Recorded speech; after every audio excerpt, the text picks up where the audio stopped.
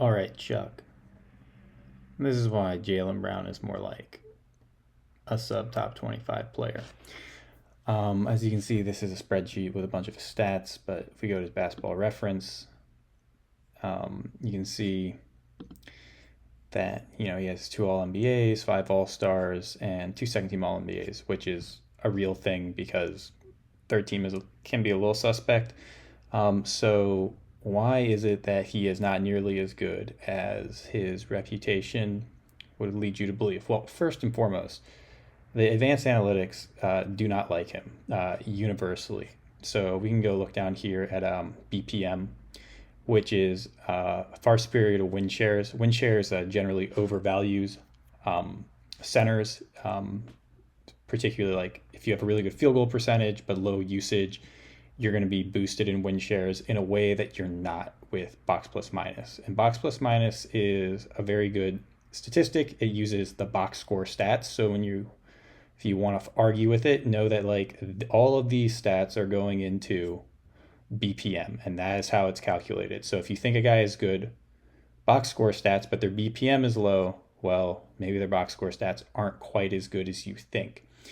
And the general idea about how BPM works is basically it takes a team's plus minus. So that'd be like their net rating, how many points per 100 possessions they either score more or less than their opponent over the course of a season.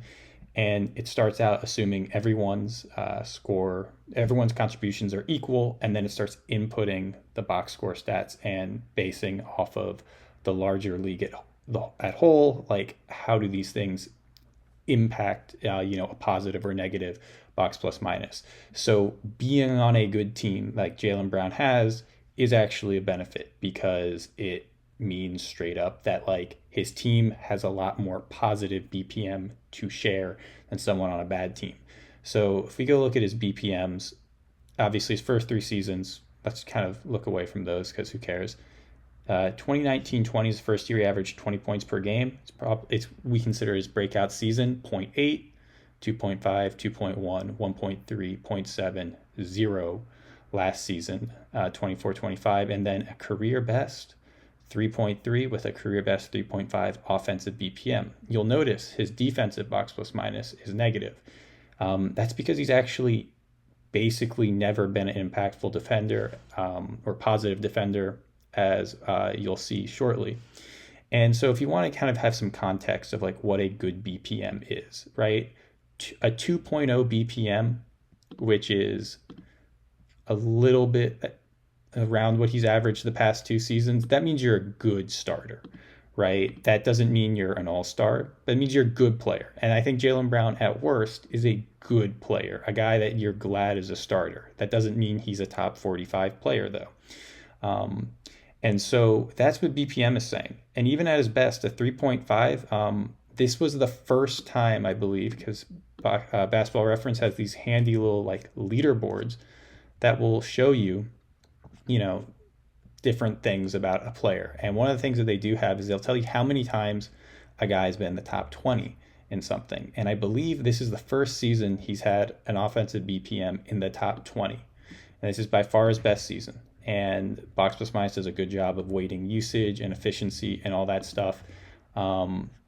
So yeah, this is like by far his best season, and he wasn't even top 20 in Box Plus Minus, or I believe VORP, which is basically just the wins above replacement, the counting stat version of it.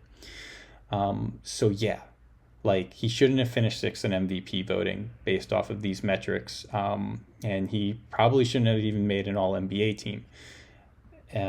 Win shares thinks he's not very good also, but that's neither here nor there. So let's go take a look at why Jaylen Brown, a guy who, if we go look at his points per game, right? Like these are good points per game. 20 points per game is good. So let's just go kind of understand what's at play here and why like his offense isn't even considered to be all that impactful. And so you see these field goal indicators with the plus. All this means is that it's adjusted to league average. And the way to think about it is real simple. 100 is league average. 101, like he had in 2021-22 for his 3-point percentage, means he was 1% better than league average. Now, that doesn't mean, if the league average is 36%, that doesn't mean it was 37%. It means 1% of 36%, right? So that's what this means. If it's below it, it is, 93. That's 7% below league average. Effective field goal percentage is way better than looking at 2-point or 3-point field goal percentage, just because it basically just tells you what their point per field goal attempt was. It's actually, funny enough, it's like it's trying to make field goal percentage. It's trying to be what field goal percentage was before the 3-point line. Because back in the day when there's no 3-point shot, your field goal percentage multiplied by 2, that's a point per shot. That's what effective field goal percentage does, but it has to account for 3-pointers. So as we can see, his effective field goal percentage has been pretty solid. 5%, 4% better, 2% better, 1% better, 2% better, then 5% worse, 4% worse. When you have an increase in volume like he had this season in terms of his usage, which if we scroll over here, a career high 36%, that's nothing terrible. So one of the issues that you run into is that, like, okay, so the scoring is at a decent volume from the field, relatively efficient. The problem is until this season, he's been a below average free throw shooter. And he's also, this is free throw attempt rate. His free throw attempt rate has never been good. This season, once again, it was the best. But there is this basically correlation between, or negative correlation between 3-point attempt rate and free throw attempt rate. So as you can see, he's never really been able, as his 3-point attempt rate goes down, his free throw attempt rate goes down, right? And the best players in the league can kind of break this mold. A good example of this would be like prime Damian Lillard had sky high free throw attempt rates and sky high 3-point attempt rates. Same with like prime James Harden. His kind of follow this standard convention of where it's like, well, if he wants to get more free throw attempts, he needs to take fewer 3-pointers and vice versa. So what does this add up to? Well, it adds up to a true shooting percentage that's right around league average and has frankly been trending down. Now that's partially, due to his volume increasing. What this means is he's not actually really someone who is a volume agnostic, as I like to say, where you can kind of ramp up the volume and the efficiency doesn't decline as much as you would think. He's a little volume agnostic, but not completely. So that means in terms of his scoring value, he's giving you a lot of volume, but it's mostly at like a league average efficiency. And the issue is that for offensive players, there's a lot of guys who actually do this that are super valuable on offense, but they provide two things that he doesn't. They either provide a ton of assists. So a good example of someone who's got like league average and below true shootings, but it was providing a lot of offensive value. Like that would be like Trae Young 3-4 years ago, Ja Morant a few years ago as well. Those are like, just like the examples that come to mind. But there's a lot of these guys who it's like the efficiency isn't amazing, but they get to around league average on huge shooting volumes and it leads to a bunch of assists. And that's where the value is generated. But we go look at the assists per game, 3.4, 3.5, right? This season, 5.1 was good. But once again, it came with a +4 increase in field goal attempts and you only get 0.6 boost in assists. Like that's not a ton. Also career high in turnovers. So he's not someone who limits turnovers to a massive degree or racks up a bunch of assists. And his scoring is, while at volume, which is valuable at league average, there's not a ton that he's providing elsewhere. And then the other issue with Brown is, as noted, he's not a high volume 3-point shooter. And that can have like environmental impacts for your team offense that's very, very, very valuable, right? Just like floor spacing. If a guy takes a piss ton of threes, guys are going to cover him. He's not in that category, right? His 3-point attempt rate has basically been below league average.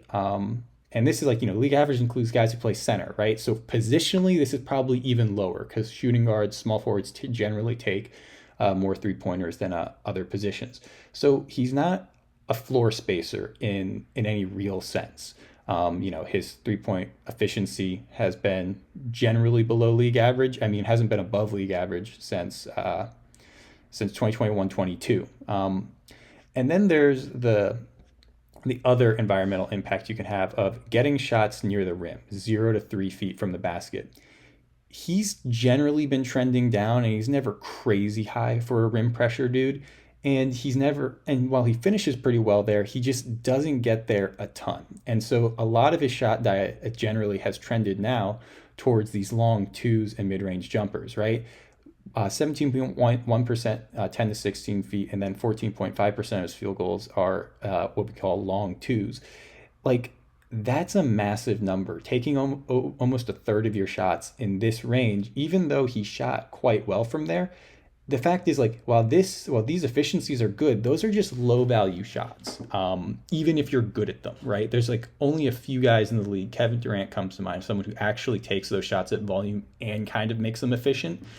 And so the reality with Jaylen Brown as an offensive contributor is that he basically is able to rack up a bunch of points by being just like, and it's like, it's all impressive and it's difficult to do. And this has been my main, not criticism, but like analysis of him as a player. He's able to do very difficult things at a pretty good level, which superstars and great players do. He's just doesn't have the other aspects of his offensive game to make that stuff worth it. Basically, it's a worthy trade-off. It's like, I'm going to let this guy take these shots because the other stuff he's doing, which flows from that, is really valuable and we can live with it. He doesn't have that part to his game.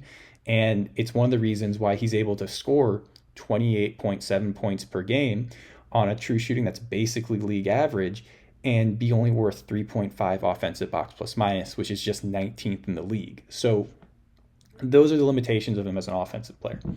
And then the other issue is that, like, his defense has basically always been, or not always, it's generally since his breakout been non-productive. So we can go look at these on-off splits, right? And I think this is a good way to understand why so many of the metrics don't like him. And a lot of people, nerds, quote unquote, people that use analytics, are skeptical that he's as good as his reputation suggests. Because you go look at these on court, it's all good. That's because he's playing on the Celtics, and the Celtics have been very good. When you do the on-off, it's very simple. It's what's their net rating when he's on the court, what's the net rating when he's off the court. If it's negative, that means they're better when he's off the court. All right? So as you can see, post-breakout, which honestly, doing this actually increases his on-off, because this stuff is if you add up all the minutes, it's probably a wash. He's had 2 seasons, and they were in 2020, 21 and 21-22, and just one of them was actually highly positive. And if you look at that, the numbers, like that season when he was on the court, opponents shot like 32% from 3, which is like incredibly low. And it's why it's one of the few seasons where their defense was actually better. And I think this is the interesting thing. If you go look at Jaylen Brown's impact on their defensive rating, now minus isn't lower, it's higher, as in minus being negative, it's not as good. So when he's been on the court, their defense outside of that one season has been substantially worse than when he's on the court. And that's the issue for him as a player. Even though their offense generally has been slightly better, it's pretty minute. The defense has been much worse. And he's one of these players where if you go look at these on-off splits, right? And let's just go take a look at post-breakout. So that's 2019-20.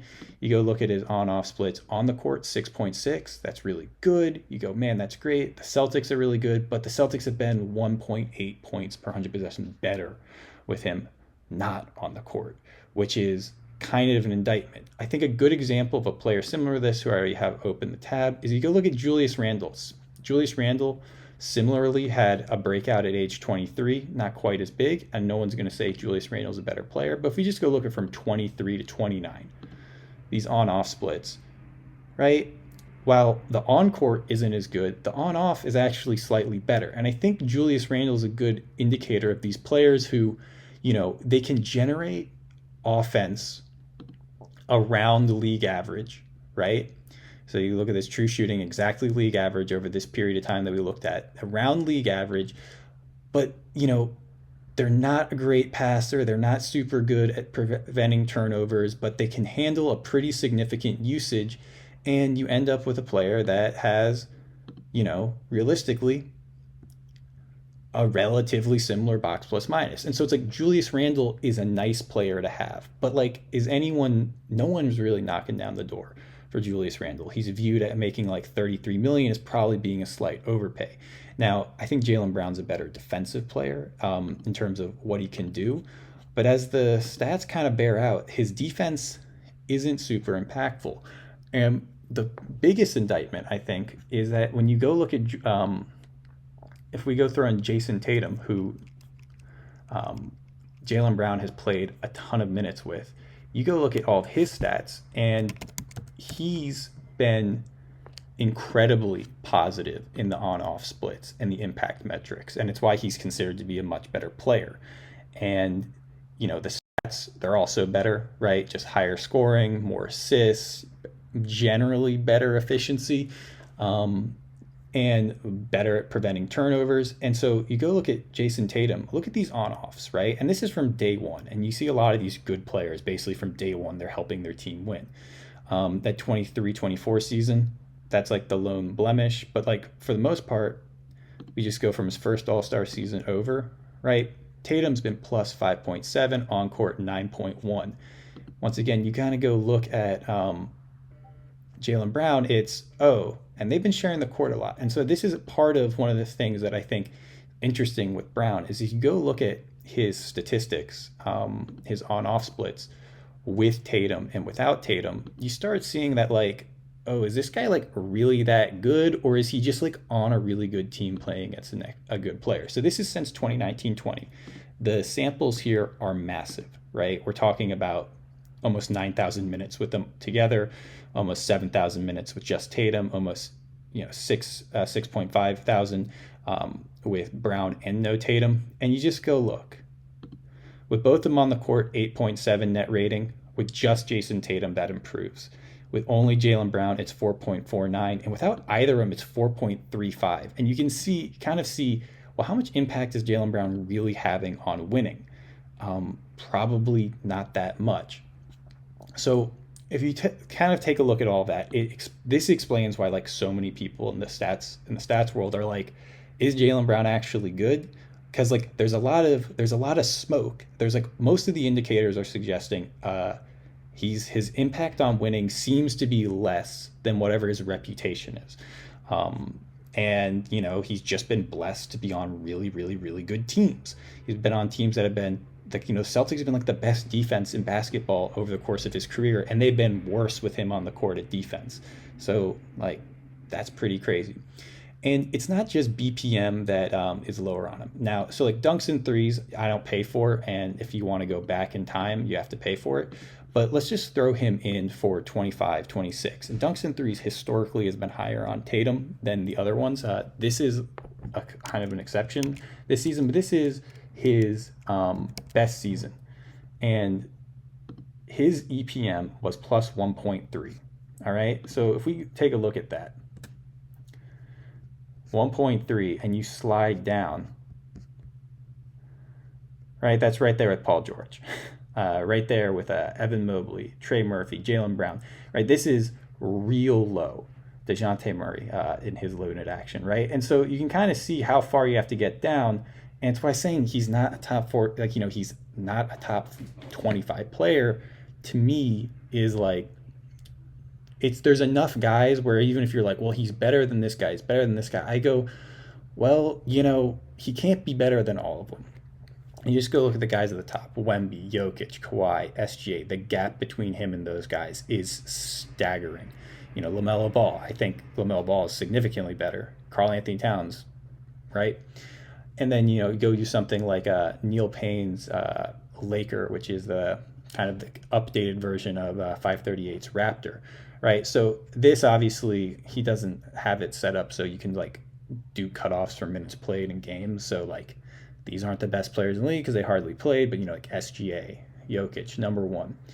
You have to go all the way over to page 5, to find Jaylen Brown over at 85th. Now, he's not really 85th because, some of these guys have played significant minutes, but only plus 2.4. The negative on defense, I think that's fair to say. He's not a positive defensive contributor. Regardless of what people want to say about his on-ball defense, he's a really bad off-ball defender. I forget what year it was, but it was like a year or two ago when they were playing Philly in the playoffs. He was covering the dude in the corner, and the Celtics were up 3, and it was like the final play of the game, and he leaves the dude in the corner to try to get a steal on a guy driving. I think it was Embiid driving, and it's just like one of the dumbest defensive mistakes I've ever seen. It's if Embiid scores that shot, you're still winning. If Embiid kicks it out and you've left a guy open in the corner, the game is tied if he hits the shot. That's actually what ended up happening. He's not a very good off-ball defender, and all that on-ball stuff is great, but there are a lot of guys who are good on the ball who aren't actually good overall defenders, like Russell Westbrook is a good example of that. He's a very bad defender because he's bad off the ball, and even if he is pretty good on the ball.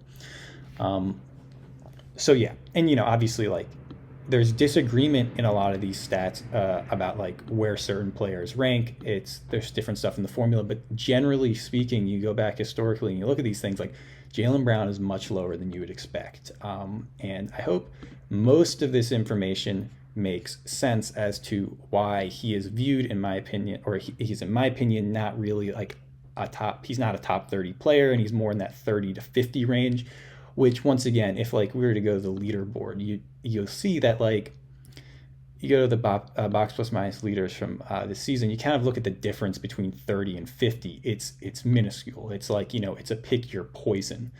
It's why I kind of use 45 as like a proxy. It's like the difference between the 30th best player and the 50th best player is generally pretty small, because if you just think about this distribution of a bell curve distribution, as you get farther down, the gaps are going to get smaller, right? Because you're getting farther away from the really outlier players until you start getting towards the bottom. But even the bottom generally in sports is more clustered, just because they don't let serious outlier negatives get there, right?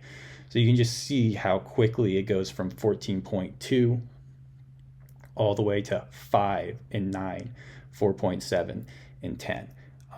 And so, yeah, like this was Jaylen Brown's best season at 3.3 by far.